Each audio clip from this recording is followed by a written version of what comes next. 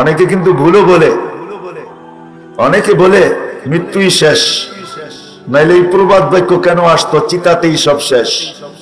চিতাতেই মনে হয় জানেন না, যুবকরা ভালো জানে আমার চেটা। কেউ ভাবে চিতাতেই শেষ, বর্তমানে আমাদের যুবকরা ভাবে দুনিয়াতেই সব শেষ। এটাই এদেরকে ভাবানো হইতেছে, বুঝানো হইতেছে যে দুনিয়াতেই শেষ, নাহলে সারাদিন মাইক্রোফোন লাগায়, এয়ারফোন লাগায় গান কেন শুনবে? ঠিক না? হ্যাঁ, পরিশ্রমের টাকা সারা রাত্র নেটের ভিতরে কেন খরচ করবে? কি বলো, রাগ হয়ে গেল?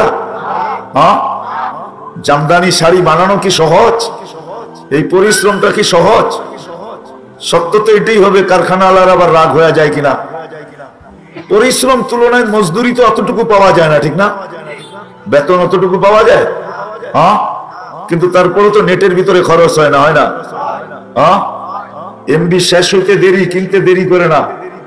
কিছু দোস্ত এরকমও আছে, এদের সারা রাত্র সজাগ থাকে আর অপেক্ষায় থাকে কোন দোস্তের এমবি শেষ হইব আর ও ফোন করবে আর এ এমবি ভরে দিবে। কি সত্য তো? মিথ্যা বলতেছি? কিছু দোস্ত এদের আছে সারা রাত্র সজাগ থাকে, শুধু অপেক্ষায় থাকে কখন কে ফোন দিবে আর বলবে দোস্ত মাইরা দে তো। কোডওয়ার্ড আছে তো এদের, ঠিক না? এরকমই তো। হ্যাঁ, কেউ বলে মেরা দে, কেউ বলে লাগায়া দে, ঠিক না? এক একটা কোডওয়ার্ড আছে। সারা রাত্র কেন এমবির ভিতরে ঘুরতে থাকবে? তোমাদের পায়ে হাত দিয়া বুঝাইতে চাইতেছি, পরিশ্রমের টাকা ওইখানে কেন খরচ করবে সারা রাত্র? তাও গান্দা জিনিস দেখা কোনো ভালো হইতো, শিক্ষণীয় হইতো, তাহলে তো মনকে বুঝাইতে পারতাম। আর সারা রাত্র যা দেখে এটা যদি জীবনে একবারও ছুঁইতে পারতো তাইলেও তো মনকে বুঝাইতাম যে ঠিক আছে, ঠিক না? মনে হয় বুঝাইতে পারি না। সারা রাত্রে যদি একবার, সারা জীবনে একবার ছুঁইতে পারতো, যুবকরা বুঝছে আমার কথা, কি সারা জীবনে একবার ছোঁয়া যাবে? হ্যাঁ, হ্যাঁ, কিন্তু সারা রাত্র দেখতে থাকে, ঠিক না? এক দোস্ত আরেক দোস্তকে চোখ টিপি দিতে থাকে। ওই শব্দগুলো আমি ব্যবহার করতে পারবো না এখানে, লাউড স্পিকার চতুর্দিকে। তাই যুবক, এই জন্যই তোমাদেরকে বোঝানো হইতেছে, যদিও বুঝে আসতেছে না, জ্বর যা বুঝে আসতেছে তা করতেছে। এই জন্য আমার কথা শুরু ছিল এটা, হায় হায় যালিকাল ইয়াউমুল হক। আমরা সব মরণশীল, কবে মরবো তাও জানি না। যুবক আগে যাবে না বৃদ্ধ আগে যাবে তাও জানি না, কোন বয়সে যাব তাও জানি না, কোথার থেকে উঠাবে তাও জানি না, কোন অবস্থায় উঠাবে তাও জানি না। সত্য এটাই, মরণশীল। এই জন্য মৌত নিয়ে কোনো মতানৈক্য দুনিয়াতে নাই, মৃত্যু নিয়ে কোনো মতানৈক্য দুনিয়াতে নাই। যে আল্লাহকে না মানে সেও মানে যে আমি একদিন চলে যাব, আমি একদিন চলে যাব। ও বলে না এটা সত্য, আমি চিরদিন এখানে থাকবো না।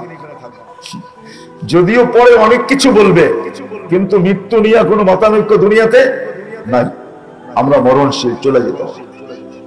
যদিও সৃষ্টির সেরা, যদিও আল্লাহর কুদরতি হাতে আমরা তৈরি, যদিও আমরা আল্লাহর কুদরতি হাতে বাছাইকৃত, যদিও আমাদের উপরে লেবেল লাগানো খায়রা উম্মাহ, কথা অন্যদিকে চলে যাবে। নবীজির কারণে আল্লাহ আমাদেরকে যা দিছেন, হায় হায় উম্মত তো এটা জানি না, জানতেও চায় না যে নবীজির কারণে আল্লাহ আমাদেরকে কি কি দিছেন। ওটা গণাইতে গেলে রাত শেষ হয়ে যাবে। আল্লাহ কি কি দিছেন নবীজির কারণে। খায়রে উম্মত আমরা এই জন্যই বিদায়, আমরা সবাই মরণশীল, চলে যাব। যার কাছ থেকে আসছি তার কাছে, মানি আর না মানি, ওনাকে মানি আর না মানি। দুনিয়ার বহুত লোক আছে মানে না, তাতে কি আসে যায়। কিন্তু এটাও সত্য, কিন্তু দুনিয়াতে যে নিজেকে মানুষ হিসাবে ভাবে তাকে আমি বুঝাইতে চাই, তুমি কিন্তু সাদা কাগজে সিগনেচার দিয়ে আসছো।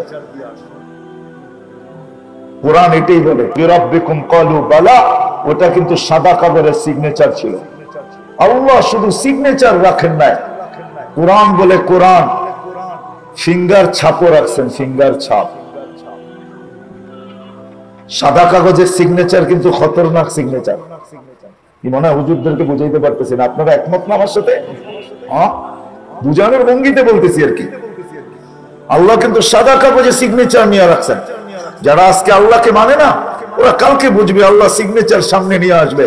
সিগনেচার কখনো নকল হতে পারে, বলতে পারে ওরা এই সিগনেচার আমার না। এই জন্য কোরআন বলে আমরা ফিঙ্গার ছাপও রাখছি, ফিঙ্গার ছাপ। কিয়ামতের দিন তোমার ফিঙ্গার তোমাকে মিলায় দেখায় দিব যে এটা তোমারই ছিল। ঠিক না? আছে কোরআনে না নাই? হ্যাঁ, ফিঙ্গারের কথা আছে না নাই? ফিঙ্গার ছাপ রেখা দিছি। ওই দিন তুমি বাধ্য হবে। আজকে তো বলো যা খুশি তা। ওই যে বললাম না, ইচ্ছা স্বাধীনতা দিছেন বিদায়, 5টা স্বাধীনতা দিছেন, যার কারণে যা খুশি তা করতে পারি। শিক্ষাগত স্বাধীনতা দিছেন, যার কারণে যা খুশি তা পড়তেও পারি, লিখতেও পারি। কিচ্ছু বলেন না। হ্যাঁ, কিচ্ছু বলেন নাকি? হ্যাঁ, কিচ্ছু বলেন না। শিক্ষা স্বাধীনতা দিছেন আল্লাহ, কিচ্ছু বলেন না। আর যদি বলতেন তাহলে আল্লাহ আকাশ যেরকম হুকুম দিয়ে দাঁড় করায় রাখছেন, আল্লাহ বলে হুকুম রাখতে দেরি, স্থির হতে দেরি হয় নাই। শুধু একটা না 7টা। এই জন্যই তো আল্লাহ চিৎকার দিয়া বলে তারাউনাহু বিগাইরি আমাদ। ওইখানে কোনো খুঁটি নাই, খুঁটি নাই, দাঁড়ায় আছে কি করে? আল্লাহ জবাব দিছে ওয়াদাতু আমরি আলাস সামাওয়াতি ফাস্তাকাল্লাত ওয়া আলাল আরদি ফাস্তাকাররাত।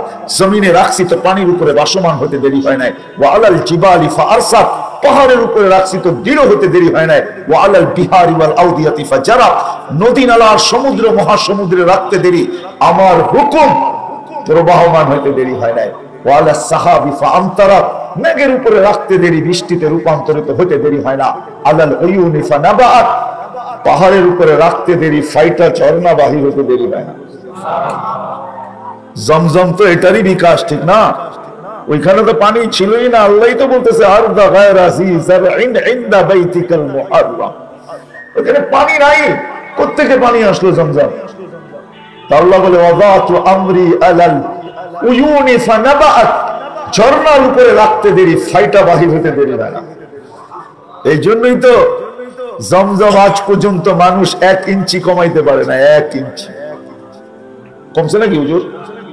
আমার তো বিশ্বাস সারা দুনিয়ার মানুষ যদি সর্বক্ষেত্রে জমজম ব্যবহার করে, তাহলে আমার মনে হয় আমার ঈমান 1 ইঞ্চি কমাইতে পারবে না। 1 ইঞ্চি কমবে না। কেননা এটা তো পানির থেকে বাহির হয় না, এটা তো আল্লাহর হুকুম থেকে বাহির হয়েছে।